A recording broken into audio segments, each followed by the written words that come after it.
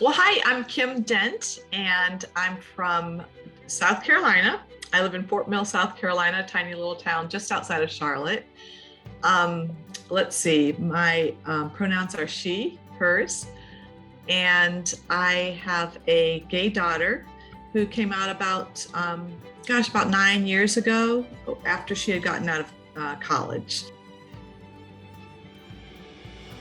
Kate is my firstborn, and what I've always known about her is that she has an intense sense of justice. She's very compassionate, especially for the underdog. She is sensitive. She is easily wounded. And she has a deep, even though she's sensitive, she has a deep grittiness about her. She can dig down deep when she has to. So those are some things that come to mind about Kate. I learned that she is a lot more sturdy than I thought she was. I've always seen her as just so compassionate and kind, and yet since she's come out, I see a real depth of sturdiness in her, that she just is. I suppose it's just knowing herself and being known has caused more of her to come out and be seen by me and by the world. So as a former church lady, women's ministry director at my church, and somebody who thought I had it all figured out and was real secure in that, I suppose our relationship has changed in that I am different. I am so different because I have learned so much from Kate and from her coming out. And I guess the thing that I could say is I learned there's so much that I did not know. And to go through life thinking that you got it all figured out is really a shallow way to live. And there's so much more for all of us to understand and to know about God, about faith, and about people. So much I've learned.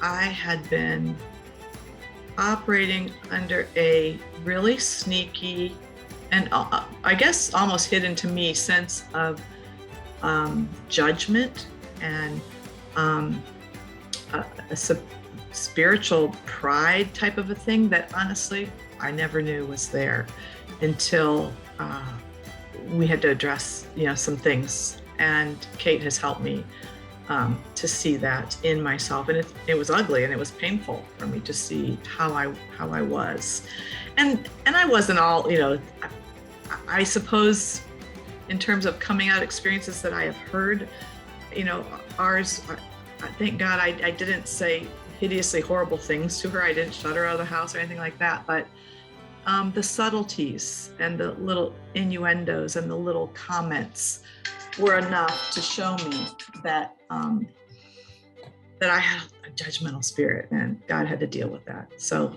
much I've learned and will continue to learn until Jesus comes back about all the things I got to work on me. So that takes a lot of the pressure off of me trying to fix Kate, right? Because I got too much of my own stuff I got to deal with.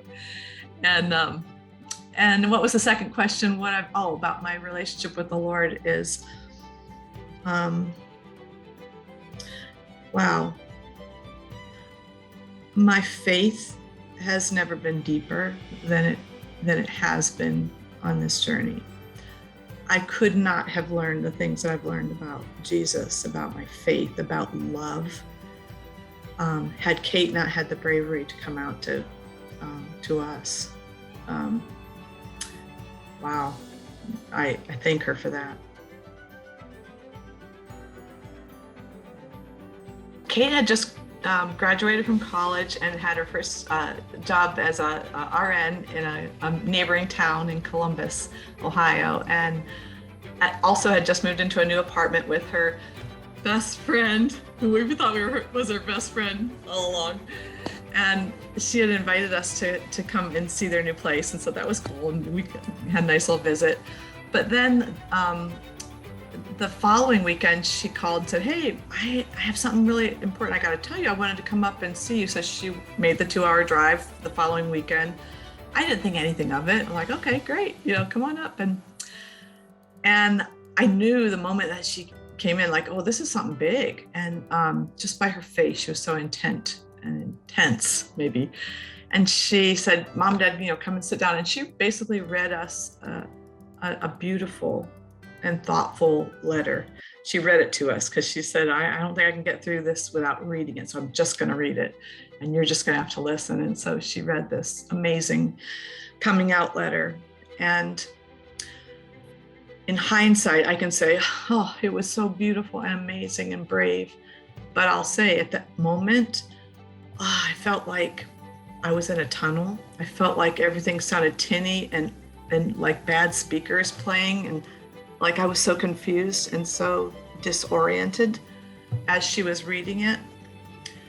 And I remember I was sitting on the coffee table and she was sitting on the couch. I remember just instinctively feeling like I needed to get closer to her. I needed to touch her. Like it almost felt like this isn't real. Is this really happening? And so I had to like have my hand on her leg while she was reading, like, okay, this is real. This is really happening. It was really disorienting. Kate reminds me that several times I interrupted her in the letter. I don't have any memory of that, but she said it. I'm sure it happened. Me saying stuff like, that's not God's best for your life. It's, the things that we learn how to say in church and to our kids. And so I'm sure I did that, though I can't remember it at all. Maybe that's a grace from God. But the other thing I remember is there's so much I wanted to say and I didn't by the grace of God. It's almost like I have this analogy or this vision of me sitting there, Kate sharing, and Jesus beside me with his hand over my mouth. Like, don't say it, just listen. And I'm so thankful. I'm so thankful that I didn't say a lot of things that really would have hurt her or wounded or caused her to really shut down in this really powerful moment that I'm sure took her years to come to. So it was really intense. And I remember as soon as she was done, I do remember saying, wow, taking a big breath and saying, that had to be the hardest thing you've ever done. I don't know what to do with my face. I don't know how to be. I'll be back. So let me have a moment. And I remember just going out on the longest bike ride of my life. So there's more to that story, but I came back and that started our journey, and it was really bumpy and awkward. I felt mute. I felt like I didn't know what to say. I didn't know what to ask, because then I was really concerned about saying the wrong thing. I didn't know the language. I didn't even consider gay people. They weren't on my radar before Kate came out. So, well, I will say one of the things that immediately became clear that I was inaccurate in my beliefs was my belief that gay people weren't Christians. They just weren't. How could they be? And when Kate came out, it's like immediately I'm like, oh, that blew that one out of the water. I know my girl loves Jesus. That's a given. Okay, that I was wrong about. So there has to be a whole lot of other things that I was inaccurate, or the nuance was wrong, or I didn't get it. So that was a huge aha moment for me that happened right away, because I knew. I'm like, I didn't question that at all. I knew that Kate loved Jesus. Let's see. The other surprising thing that I think is really important to share, because it was, I will never forget this, is after I had ridden miles away from my home to some little park nearby, honestly, I felt like I needed to have a hissy fit with God. I had some things to say. I was mad. I was really mad. And I remember just slinking down on this picnic table at this park and just having if you can picture the 2-year-old tantrum on the floor, banging table, what? Do you even hear me? Are you even real? What? And this whole sense, and it's hard to explain it, but it's almost like a supernatural experience I'm trying to explain to you. But all at once, I felt like I was that toddler and I was having this breakdown, mental anger, this fight with God. And at the same time, I was being held. Just held, like the screaming toddler, just hold him and look, okay, I know. Held the whole time. Let it out, say what you gotta say. And then I remember God reminding me about this prayer, this really dangerous prayer that I prayed when I was really ignorant and young in my faith. And I said something like, oh God, break my heart with what breaks yours. I love you so much. I want to be one with you. Oh, and he reminded me of that in some way in my head. It's like he brought that back. It was like years and years ago. And in the same moment, impressed upon me this, how can you know how my heart breaks for my beloved LGBTQ people unless you love them like a mother, unless you love them like a father, and you know them like a mother or a father? You will never know how much I love them unless you love them like that. That was it. And it was like a supernatural moment that I just felt the actual presence of God. I felt like I wanted to sink into the ground and just dissolve. And yet I knew it was his answer to me.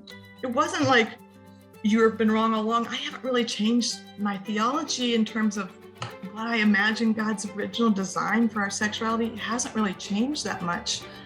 But I'm no longer absolutely certain of what I think I know. I will not go there anymore. I used to hold my faith tight in my fist. Like, I got this. I got this. And now, since Kate's come out in this journey, it's like God has shown me, no, faith is to be held like this, out to him. He can arrange it, he can tweak it, he can nuance it, he can show me where I'm off base. He can add, he can subtract. It's up to him to do it, not me, not even my beloved church, not my church leaders. It's up to him. And that has been the biggest change in this journey. And I'm so thankful for that. I'm so thankful. I would say I attend a welcoming and not affirming church. I mean, they believe that God intended marriage and sexuality to be between a man and a woman. However, I feel like it's important for me to be there. And my daughter actually has served at this church as on the medical team as a nurse. So she's welcome to serve there. Now there are some things, they will not allow her to teach. And so there's things that that are problematic and maybe a little tough to swallow. However, I feel like it's important for us to be in this space, because how else will people who were like me, who never considered gay people, gay families? My daughter has 2 little boys. I have 2 grandsons who never even considered there are families that love Jesus, that happen to be gay and happen to be raising kids who also love Jesus. What are we going to do with this? And how are we going to be better? And how are we going to figure out how to make the main thing, which is loving Jesus and loving ourselves and our neighbors? That's the big thing, right?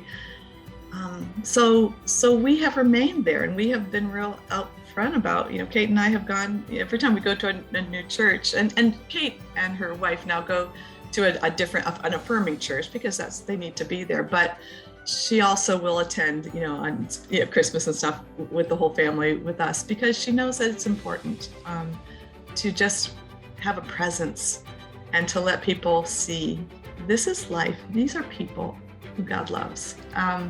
So until further notice, I will be at my welcoming and non-affirming church, because I think God means for me to be there, to have a voice there. Take a deep breath. Realize that there is nothing that could ever happen to you or your loved one or your family that God has not already been already orchestrating and helping, and He's already there. He's already there for you. It's just a matter of realizing that where people and churches, well-meaning pastors and religious leaders, where they fall short or miss the mark, God will never fall short of your expectations of Him.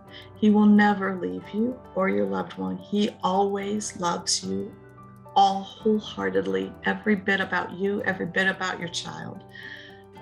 You can rest assured in that, regardless of the what you experience, and even your sweet families and your church communities that may or may not get it right.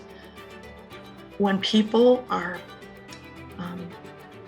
responding, or let's say reacting out of fear or ignorance, it's not going to be great. And so the word I would have for you is grace, humility, trust, that this is actually not the ending of something. This is a brand new beginning of a greater faith that you will not believe. You will not believe how beautiful it can be, as long as you keep your eyes on Jesus and don't walk away. Don't walk away from your faith. This is where the beauty starts, right here. This is where the rubber meets the road in your faith journey. So that's what I would tell a parent. And I would say, don't be afraid to find others who are walking this journey. Don't be afraid to say it out loud, when the time is right for you and when it's okay with your kid. Don't be afraid to share your story.